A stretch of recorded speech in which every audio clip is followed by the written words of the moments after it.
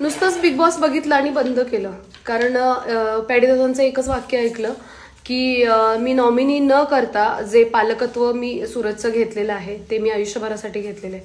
माणूस की त्याची वेळोवेळी बिग बॉसच्या घरामध्ये दिसलेली आहे. पण मला एक कळत नाहीये, सगळ्या लोकांना मला विचारायचं आहे का मला बिग बॉसला विचारायचं आहे हे मलाही माहिती नाहीये.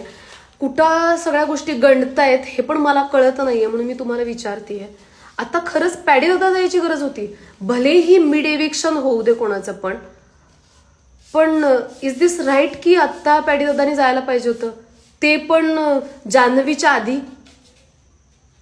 म्हणजे लोक खरंच जान्हवीला घरात ठेवू इच्छितात अजून पण? म्हणजे पॅडी दादा आधी जायला पाहिजे नंतर जान्हवी जायला पाहिजे एवढं ती डिझर्व करते का? बिग बॉसचं काय चाललंय नेमकं की बिग बॉस तिला पाठीशी घालते, बिग बॉस तिची छान छान गुडी गुडी इमेज करते, जी स्वतः मान्य करते की हो मला असं वाटतं की मला असं वाटलं की निकी सारखं वागल्यानंतर मी व्यवस्थित दिसेन किंवा काय करेन, आणि नंतर ती चांगलं वागते. मग निकी सारखं वागत होती त्यावेळेला ती जे म्हणजे असली चेहरा अजून बिग बॉसच्या घरामध्ये गेल्यानंतर माणसं म्हणतात की जे तुमची पर्सनॅलिटी आहे ती बाहेर येते. तिची पर्सनॅलिटी कोणालाच कळालेली नाहीये, तरी सुद्धा पॅडी दादा बाहेर.